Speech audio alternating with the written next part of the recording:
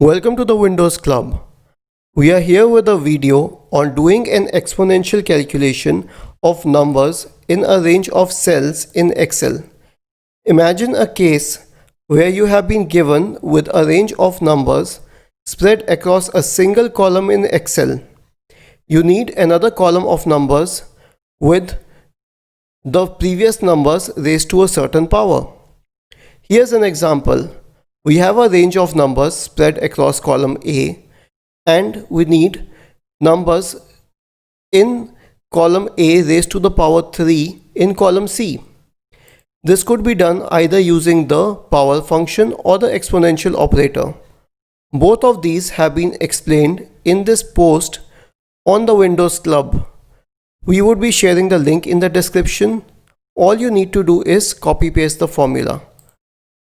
I will copy the power formula and paste it in cell C3. Then replace these words cell number with A3, it would be different in your case, and power with 3 or whatever power you need.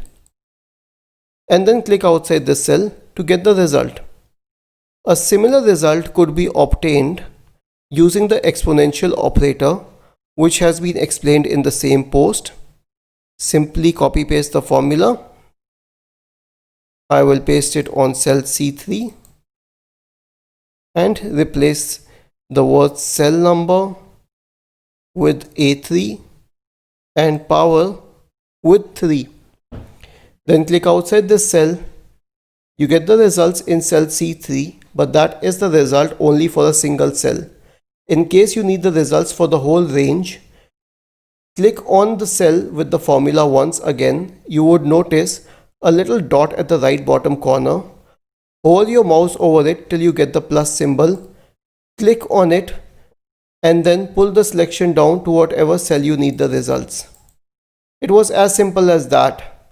If you still have any doubts, please let us know in the comment section. Do not forget to subscribe to the channel. Thank you for watching this video and have a nice day.